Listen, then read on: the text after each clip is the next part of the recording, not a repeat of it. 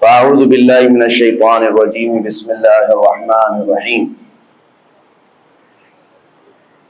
اليوم اکملت لکم دینکم واتممت علیکم نعمتی ورضیت لکم الاسلام دینا صدق اللہ مولانا العظیم۔ بارگاہ رسالت مآب صلی اللہ علیہ وسلم میں درود پاک کا ہدیہ پیش کریں۔ اللہم صلی علی سیدنا مولانا محمد معدن الجود والکرم وآلہ واصحابہ الکرام وابنہ الکریم وبارک وسلم صلاۃ دائمۃ سرمدا ابدا۔ بڑی معذرت کے ساتھ تاخیر زیادہ ہو گئی اور اندازہ یہ تھا کہ آپ کے امام صاحب قبلہ اس وقت تک یہاں بیان کر رہے ہوں گے اور میں سفر سے ابھی آپ کے سامنے حاضر آیا ہوں، اور زندگی پوری سفر بن گئی ہے۔ اللہ تبارک و تعالیٰ اس میں برکت عطا فرمائے۔ میرے عزیزوں، کچھ اہم چیزیں آج کے دور کے تقاضے کے مطابق آپ کے سامنے رکھتا ہوں۔ ہمارے لیے سب سے امپورٹنٹ چیز یہ معلوم کرنا ہے کہ ہمارے لیے سب سے اہم مسئلہ کیا ہے جس پر ہمیں توجہ دینی چاہیے۔ مسئلے تو بہت ہیں، پریشانیاں، مشکلات اور بہت ساری چیزیں ہیں، لیکن انسان عقل مند وہ ہے جو یہ فیصلہ کر لے کہ مجھے فوکس کس پہ کرنا ہے۔ جس دن اسے یہ سمجھ آ جائے گی کہ پریشانیاں تو 100 ہیں، 150 ہیں، 200 ہیں، لیکن ان میں سے اہم چیز کیا ہے، تو میں سمجھتا ہوں وہ حل سمجھ جائے گا اور وہ اپنے وقت کو اور اپنے انرجی کو، اپنی زندگی کو ضائع نہیں ہونے دے گا۔ آج زندگی کے بے شمار مسئلے ہمارے ساتھ، لیکن ہم الجھے ہوئے کس پہ ہیں؟ کن باتوں پر ہم ڈسکس زیادہ کرتے ہیں؟ کون سی چیزوں میں ہم ایک دوسرے کے گریبان پکڑے ہوئے ہیں؟ یہاں پر آ کر ہمیں تنبیہ کرنا پڑتا ہے۔ جب گھر پر آگ لگی ہو تو آپ آٹے، چاول اور نمک کے لیے جھگڑا نہیں کر رہے ہوں گے، بلکہ آپ کے لیے اہم مسئلہ یہ ہے کہ میرے گھر کی 4 دیواری کو محفوظ کر لوں۔ تو مسائل میں یہ سمجھنا بہت ضروری ہے کہ چھوٹا کیا ہے، بڑا کیا ہے۔ مثال کے طور پر میں آپ کے سامنے ایک بات عرض کروں، اللہ 1000 بار نہ کرے کسی کے گھر میں اگر آگ لگ گئی اور پورا گھر آگ کے لپیٹوں میں جھلس رہا ہے اور اس گھر کے اندر آپ کا ایک بچہ چھوٹا سا پھنس گیا ہے، آپ کسی طرح گھر کے اندر داخل ہوئے اور بچے کو قریب تھا کہ آگ اپنی لپیٹ میں لے لیتی، بچا سکتے تھے آپ، لیکن ساتھ میں بچے کے قریب میں ایک سوٹ کیس بھی پڑا ہوا ہے جس میں بہت ساری آپ کی رقم، کمائی ہوئی محنت کے پیسے سب اس میں رکھے ہوئے ہیں۔ آگ اسے بھی پکڑنے والی ہے، ان قریب وہ بھی آگ کی لپیٹ میں پورے مال و دولت جلنے والا ہے آپ کا۔ اب فیصلہ آپ کے پاس ہے، وقت بہت شارٹ ہے، ایک طرف وہ پیسوں کے اور بہت سارے مال کا سوٹ کیس ہے اور ایک طرف آپ کا عزیز از جان بچہ ہے۔ کس کو بچانا چاہیے؟ ایک عقل رکھنے والا بندہ صاف سی بات ہے وہ سوٹ کیس کی طرف نہیں دیکھتا، بلکہ اپنے جان سے زیادہ پیارے بچے کی جان کی حفاظت کرتا ہے، کیونکہ عقل میں اتنی بات تو ہے، اتنا سینس سب کو ہے کہ مال پھر کمایا جا سکتا ہے لیکن جان بچانا زیادہ ضروری ہے۔ اگر بچہ ہمارا بچ گیا تو مال پھر سے آ جائے گا۔ تو میں یہ سمجھتا ہوں کہ یہاں آپ کا سینس کام کر گیا، آپ کو اللہ نے اتنی تمیز عطا کی ہے کہ آپ بڑا مسئلہ کون سا ہے، چھوٹا مسئلہ کون سا ہے، اس وقت آپ پہچان گئے، اور آپ اپنے بچے کو جلنے کے لیے چھوڑ دیتے اور پیسے گننے پر بیٹھ گئے ہوتے، سوٹ کیس اٹھانے پر بیٹھ گئے ہوتے، تو گویا کہ آپ دنیا کے سب سے بدترین بے وقوفوں میں اور بلکہ سیلفش لوگوں میں، بلکہ اس سے زیادہ یہ کہ اپنے گھر والوں پر بھی گھر والوں کے لیے بھی نہیں جینے والا بندہ بن کر کے سامنے آتے۔ دنیا دار، ہوس پرست، لالچی سب چیزیں آ جاتی ہیں اگر چھوٹے مسئلوں پر آپ اپنی انرجی ضائع کرتے۔ ایک ایگزامپل میں نے آپ کے سامنے رکھی۔ اس طرح میرے عزیزو، آج امت کے بے شمار مسائل ہیں، امت کن کن مسئلوں سے گھری ہوئی ہے، ہمیں ان چیزوں پر ڈسکس کی بجائے آج باضابطہ طور پر مائنڈ ڈائیورٹ کر کے چھوٹے مسئلوں پر لگایا جاتا ہے۔ خاص طور پر اور ہم نے تو ان تمام چیزوں میں بہت سارے علماء کو بھی دیکھا، ان کو جن مسائل کے لیے آج کمر بستہ ہونا چاہیے، پوری قوم اور امت کے لیے ایک مرشد کی حیثیت سے سامنے آنا چاہیے، ان مسائل کو چھوڑ کر وہ بہت چھوٹے سے مسائل میں ڈیبیٹ کر رہے ہیں، چھوٹے سے مسائل میں ایک دوسرے کے اختلافات کو پورے مجمع میں لا کر ظاہر کر رہے ہیں۔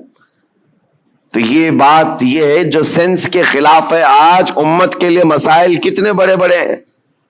میں مانتا ہوں نشہ عام ہے ہمارے ہاں، اور ہمارے ہاں علم کی کمی بہت زیادہ ہو گئی، اخلاق کی کمی بہت زیادہ ہو گئی ہے، ہمارے ہاں سود آ گیا ہے، جوا آ گیا ہے، شراب آ گئی ہے، سب آ گیا ہے ہمارے محلوں میں۔ یہ بھی مسائل ہیں جس سے ہم جوجھ رہے ہیں، لیکن ان تمام مسائل میں جو سب سے بڑی آگ لگی ہے وہ ہے عزت مصطفیٰ کی حفاظت، رسول کریم صلی اللہ تعالی علیہ وسلم کی عزت کی حفاظت۔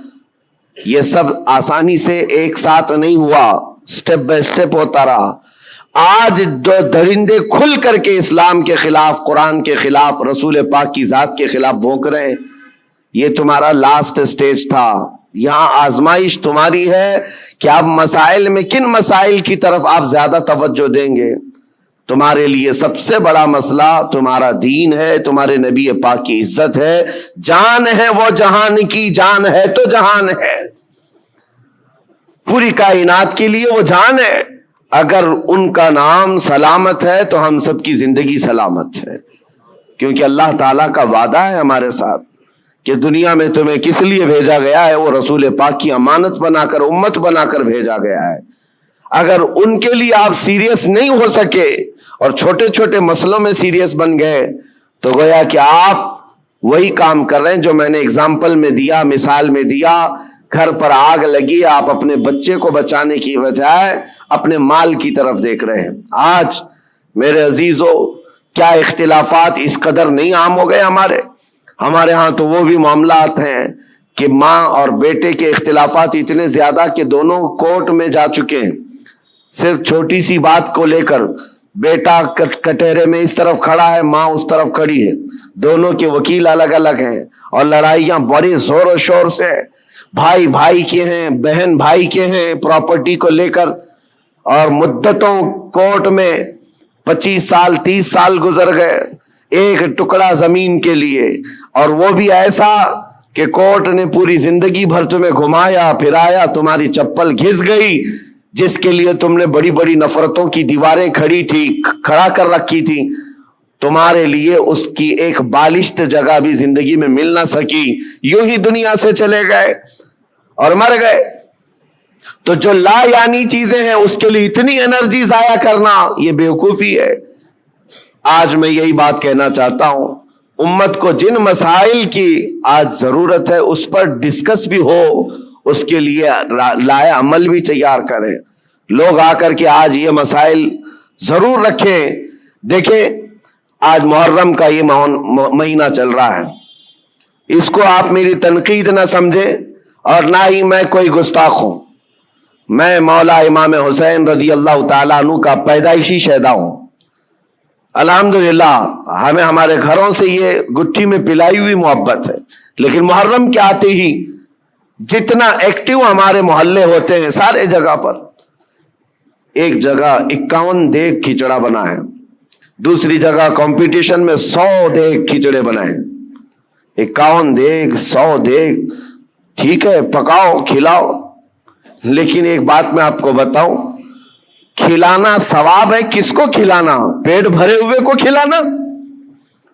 یہاں تو حال یہ ہے جو خود گھر میں کھا کھا کر موٹے ہو چکے وہی کھچڑا کھانے بھی آ گئے۔ کوئی ایسا بندہ تو ہمیں نظر نہیں آیا جس کے گھر میں ایک روٹی بھی نہیں ملتی اور وہ آ کر کے کھا گیا ہو، تو اس کے لیے ثواب ہی ثواب ہے۔ غربا اور مساکین کو کھلانا بہت بڑا ثواب ہے۔ سرکار غوث پاک نے تو فرمایا، میں نے ساری نیکیاں الٹ پلٹ کر دیکھ لیا، صرف 2 نیکیاں ایسی نظر آئی جو رحمان کو سب سے زیادہ محبوب ہیں، انہوں نے اپنے ملفوظات میں لکھ دیا ہے، فرماتے میں نے ساری نیکیاں چھان کر دیکھ لی، 2 نیکیاں جو سب سے زیادہ اللہ کو پسند ہے، ایک بھوکوں کو کھلانا، دوسرا ننگوں کو کپڑا پہنانا۔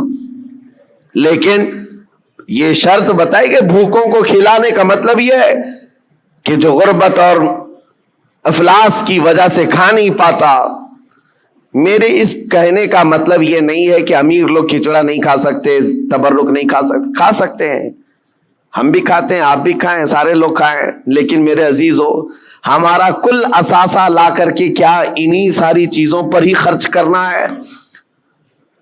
امت کے لیے ایسے مسائل ہیں, پورے محلے میں گھوم پھر کر کے ہم دیکھ لیں, ہمارے لیے, ہمارے بچوں کے لیے کوئی ایسا کوچنگ سینٹر نہیں ملتا جہاں پر غریب بچوں کو پڑھا کر کے IAS یا IPS تک کی تعلیمات دی جا سکے. اس کے لیے کوئی سوچتا بھی نہیں. اور نہ ہی کوئی ایسا ادارہ ملتا ہے محلوں میں کہ بچہ ہمارا اسکول جاتا ہے, کالج جاتا ہے تو ساتھ میں چل کر کے حافظ قرآن بھی بن جائے. ڈھونڈ کر کے نکالو, نہیں ملتے. ہماری لاکھوں کی ایک مشت رقم جو ہے صرف ہمارے ایک وقت کے کھانے میں چلی جاتی ہے, ایک وقت کے کھانے میں. میں آپ کو یہ بات اس لیے عرض کر رہا ہوں, جب مسائل بہت زیادہ ہیں تو جو امپورٹنٹ مسئلہ ہے اس پر اپنی انرجی خرچ کرنا چاہیے, اس پر ڈسکس بھی ہو اور اس کے لیے عمل بھی ہو. اور ایک بات میں آپ کو بتاؤں, اسرائیل کی ایک پرائم منسٹر لیڈی رہ چکی ہے, اس کا ایک انٹرویو ایک پترکار نے, ایک صحافی نے لیا تھا, جس کو بعد میں چل کر کے کئی سالوں کے بعد لیک کیا گیا.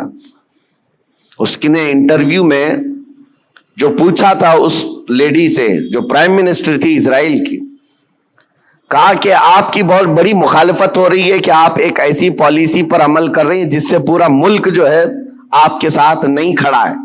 پارلیمنٹ کے جتنے ممبر ہیں وہ آپ کے لیے اتفاق نہیں رکھتے. کیا بات ہے؟ کہا یہ وہ دور تھا جب اسرائیل میں کرائسس تھے, مال کی کمی تھی, لوگوں کے ہاں بزنس نہیں تھا, تجارت نہیں تھی اور جاب نہیں تھے. اس وقت جو پرائم منسٹر ہے وہ اسلحات کی ڈیل کر رہی تھی, ڈیفنس کے سامان, اسلحے خرید رہی تھی اور اس پر سگنیچر ہو رہے تھے, ایگریمنٹ بن رہے تھے. تو پارلیمنٹ کے بہت سارے لوگ اس کی مخالفت کر رہے تھے. آج ضرورت کس بات کی ہے اور تم کیا کر رہی ہو؟ کھانا پانی ان کو نہیں مل رہا ہے, ان کو کھانے پانی کا انتظام کرواتے, نہ کہ تم جو ہے ڈیفنس کے ہتھیار خریدتی. اس خاتون نے کہا سب کی مخالفت جھیل لیا لیکن مجھے جو کرنا تھا میں کر گئی. اس پر اس اینکر نے پوچھا کہ آپ ایسا کام کیوں ضد پر کر رہی ہیں؟ سنو میرے عزیزو, وہ یہودن ہے, یہودی, اسرائیل کی رہنے والی, اور پرائم منسٹر وہ کہتی ہے میں یہ کام جو کر رہی ہوں اس کام میں انسپائر ہوں, بہت زیادہ متاثر ہوں تو پروفیٹ محمد صلی اللہ علیہ وسلم سے, مسلمانوں کے رسول محمد صلی اللہ علیہ وسلم سے. کہا وہ کیسے؟ کہا کہ انہوں نے زندگی میں جو اسلامک سلطنت اسٹیبلش کر دی مدینہ طیبہ میں, حالات ان کے بھی اس وقت ایسے تھے کہ ایک کھجور پر ان کے صحابہ پورا دن گزار لیتے تھے, گٹلی چوس کر کے رہ جاتے تھے. ایک پیالہ دودھ کا مل جاتا تو 10 لوگ پی لیتے تھے. اور وہ کہتی ہے میں نے ان کی تاریخ پڑھی, ہسٹری پڑھی ہے, جس دن پروفیٹ محمد صلی اللہ علیہ وسلم کا انتقال ہوا اس دن ان کی بیوی کے گھر حضرت عائشہ صدیقہ کے گھر میں چراغ جلانے کے لیے تیل بھی نہیں تھا. جس دن حضور پاک کا انتقال ہوا اس دن چراغ جلانے کا تیل بھی نہیں تھا. وہ ایسی سادی زندگی تو گزار گئے, لیکن وہ خاتون کہتی ہے چراغ جلانے کے لیے تیل تو نہیں تھا, لیکن سب سے قیمتی اور سب سے عظیم اس زمانے کے 9 تلواریں ان کی دیوار پر لٹکی ہوئی تھی. گویا کہ اس محمد صلی اللہ علیہ وسلم نے یہ میسج دیا تھا کہ کھانا ایک وقت کا کھا کر نگل لوگے, دوسرے وقت پھر بھوک لگے گی, دوسرے وقت کا کھا لوگے, تیسری بھوک پھر لگے گی. لیکن تمہارے لیے امت کے ڈیفنس کے لیے جو چیز چاہیے تھی وہ محمد صلی اللہ علیہ وسلم نے وقت کی ضرورت کو محسوس کر کے پہلے سے میسج دیا تھا. وہ اسرائیلی یہودن کہتی آج میرا یہ عمل ہو سکتا ہے 40 سال بعد آنے والی میری قوم دیکھ کر فخر کرے گی کہ ہمارے لیے کتنی محفوظ پناہ گاہ یہ بنا کر کے چلے گئے. میرے عزیزو, میں تعریف کے لیے نہیں کہہ رہا, بات یہ کہہ رہا ہوں یہ ہوتی ہے قوموں کی تعمیر. آج ہم تو کھچڑوں میں رہے. کھچڑا ناجائز نہیں ہے، کھانا چاہیے، اچھا ہے، گھر میں بناؤ، جب من کرے کھاؤ، لیکن اس کے لیے اپنے لاکھوں روپے کی لاگت محلوں میں اس طرح سے تقسیم کر کے ختم کر دینا. ہاں اس کو حق بنتا ہے وہ حلوہ بھی کھائے، کھچڑا بھی کھائے، لیکن ساتھ میں امت مصطفیٰ کے مستقبل کے لیے عمارت بھی کھڑی کرے. اس کو یہ حق بنتا ہے. میرے عزیزو، مجھے ایک بات یاد آتی ہے. ہمارے ایک استاد، ان کی یہ سوچ تھی، وہ مثال کے طور پر میں عرض کر رہا ہوں. ہمارے ایک ساتھی نے ہماری شکایت کی کہ حضرت جو کپڑے پہننا ہے سارے طلبہ کو، اس کے علاوہ ایکسٹرا یہ کپڑے پہن لیتا ہے میرے بارے میں. کہا یہ صدری پہن لیا یا جاکٹ پہن لیا. کہا جو اسٹوڈنٹس طلبہ پہن رہے ہیں اس کے علاوہ ایکسٹرا یہ. تو انہوں نے کہا کہ بالکل میں سب کو برابر دیکھنا چاہتا ہوں، کس کو کیا پہننا چاہیے. اور اس کے بعد انہوں نے ایک جملہ کہا تھا ان کو شکایت کرنے والوں کو. کہا اس کی طرح 4 صفحے سبق تو بھی سنا دے اور تو بھی ایسی کپڑے پہن لے.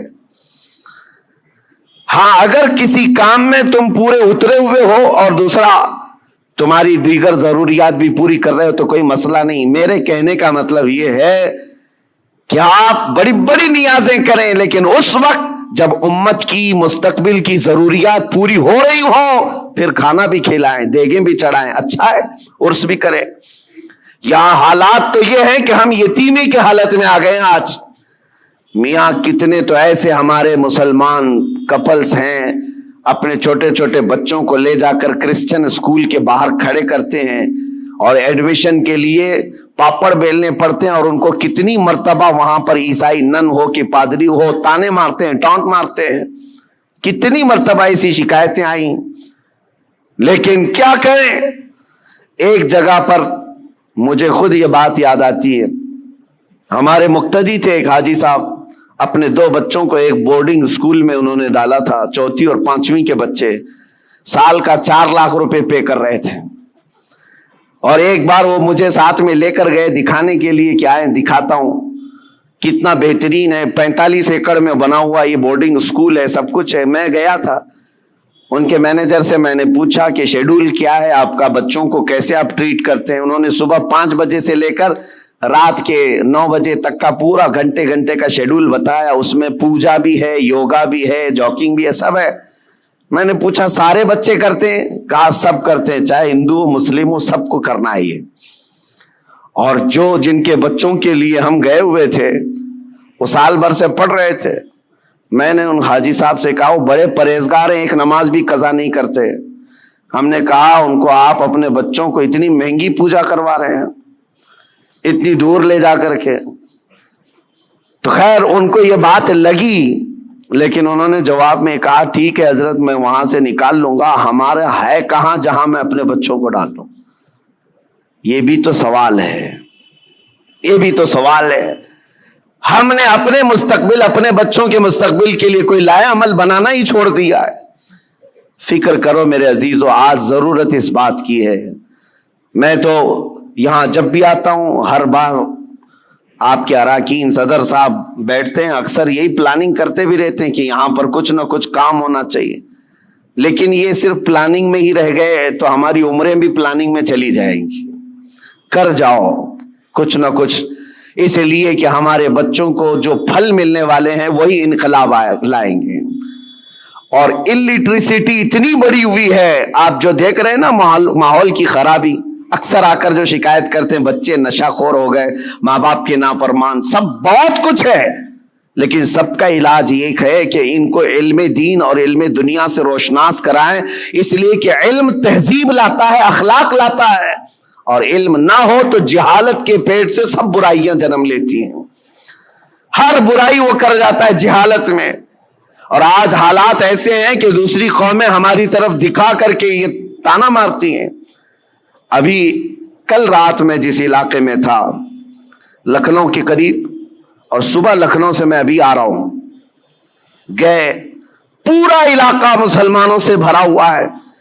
لیکن ایسا ہے کہ گاؤں میں جانے کے لیے کوئی کار بھی جا نہ سکے، اس طرح سے گڑھے بھرے ہوئے ہیں، اتنے گڑھے، اور پڑوس کے قریب میں چھوٹا سا گاؤں ہے نان مسلم، پکی سڑکیں، ساری چیزیں۔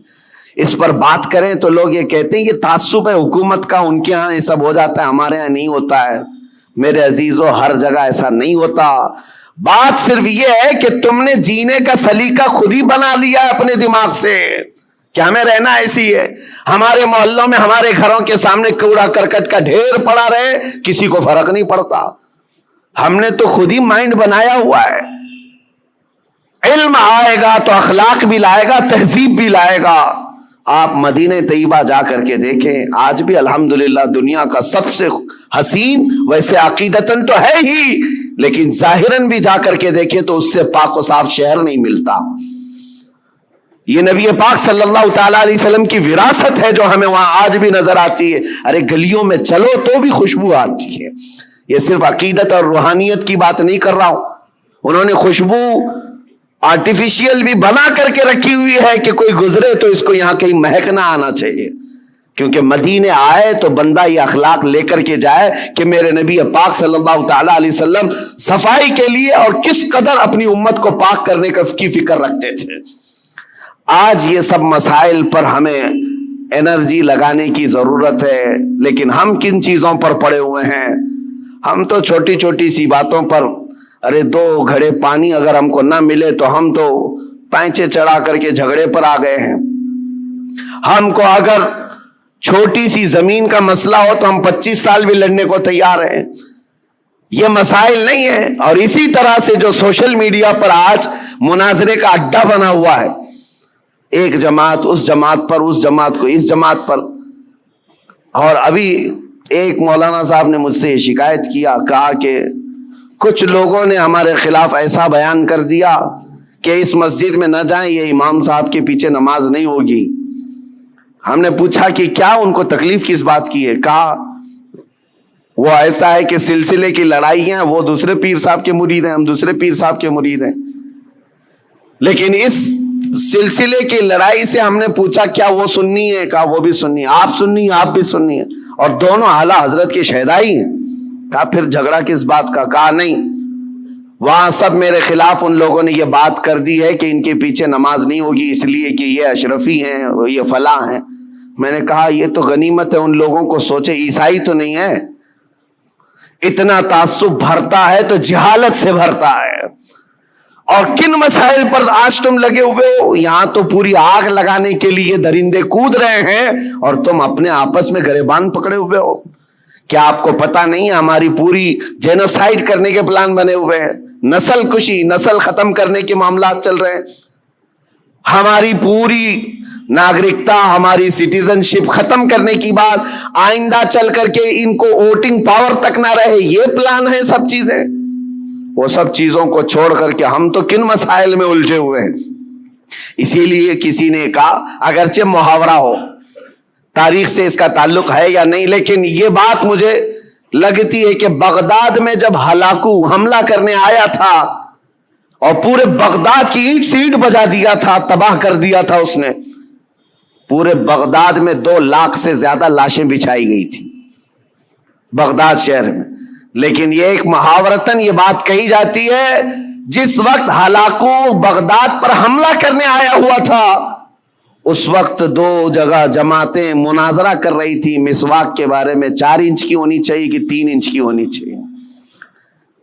یہ تاریخ سے اس کا تعلق ہو یا نہ ہو، لطیفے کے طور پر ہی کیوں نہ ہو، لیکن بات میں یہ کہتا ہوں اسی کی مثل آج چیزیں کی جا رہی ہیں۔ جو اہم مسائل ہیں ان کو چھوڑ کر کے جو چھوٹے مسائل ہیں ان پر ہماری پوری انرجی ختم کی جا رہی ہے۔ آج کئی مدعے ہیں اس طرح کے بات کرنے کے، لیکن میں صرف اتنا کہنا چاہتا ہوں کہ آج اللہ تبارک و تعالیٰ نے آپ کو عقل سلیم عطا کیا ہے تو فیوچر پلاننگ کریں اپنے بچوں کے لیے، اور کچھ نہ کچھ ایسی چیزیں کر جائیں۔ ایک بات اور بتاؤں، بہار میں اتنے جلسے ہوتے میں 365 دن بھی تاریخ دے دوں تو بھی کم ہے ان کے لیے۔ ہم ابھی 2022 کی بات کر رہا ہوں، بہت بڑے جلسے میں گئے، لاکھوں کا خرچہ کرتے ہیں، پوری رات بھر جلسہ ہوتا ہے۔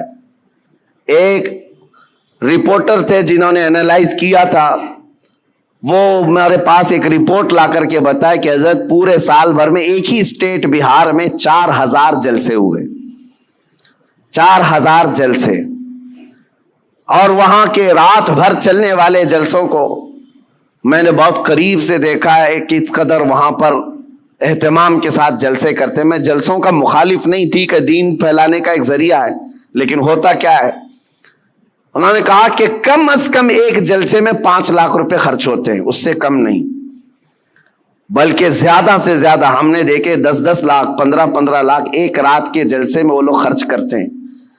منیمم 5 لاکھ روپے خرچ کے حساب سے 4000 جلسوں کا جب یہ رپورٹ نکالی گئی تو انہوں نے سال بھر میں ایک ہی اسٹیٹ میں، یہ غریب لوگوں کی بات کر رہا ہوں، 2000 کروڑ روپے خرچ کیے.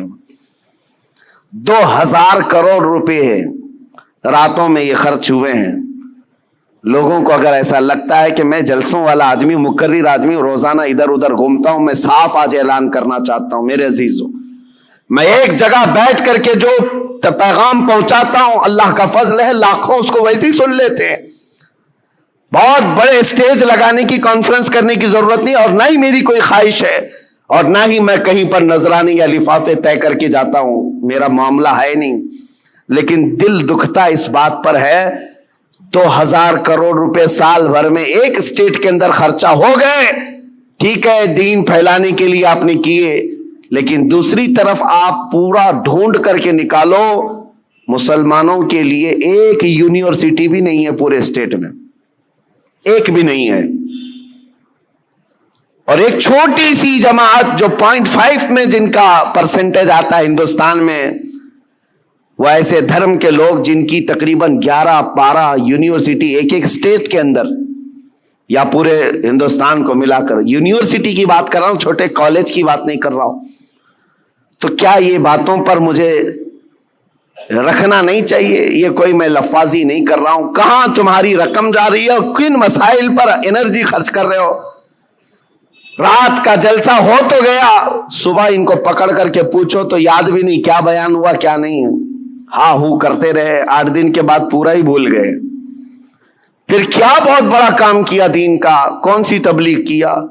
ہاں، اس کی بنسبت، اس کے بجائے اگر کوئی ایسا ادارہ وہاں پر قائم ہوتا تو میں سمجھتا ہوں یہ 4000 جلسے کی بجائے 4 بھی ادارے ہر سال قائم ہوتے رہے، 10 سال کے بعد دیکھو لہلہاتا ہوا فصل قائم ہو جائے، امت مصطفیٰ کے لیے ایک بہت بڑا قلعہ بن جائے، ایجوکیشن کے لیے، علم کے لیے. اسی لیے میں یہ دعوت آج پیش کرتا ہوں کہ اپنی انرجی ایسی چیزوں پر ضائع نہ کرو جو وقت کی ضرورت نہیں ہے. ان چیزوں میں اپنا ایک ایک روپیہ خرچ کرو جو امت مصطفیٰ کے فیوچر کے لیے اچھا ہو. اللہ کریم ہم سب کو کہنے سننے سے زیادہ عمل کی توفیق عطا فرمائے. مولا کریم جتنی بقیہ ماندہ زندگی ہے ہماری، ہمارا ہر پل اور ہر لمحہ امت مصطفیٰ کی خدمت میں لگانے کی توفیق عطا فرمائے. دین اسلام کا ہمیں سچا خادم بنا کر کے اٹھائے، اور دنیا میں بھی اور آخرت میں بھی رسول اللہ کا وفادار بنا کر ہمیں اٹھائے. وآخر دعوانا ان الحمد للہ رب العالمین. السلام علیکم.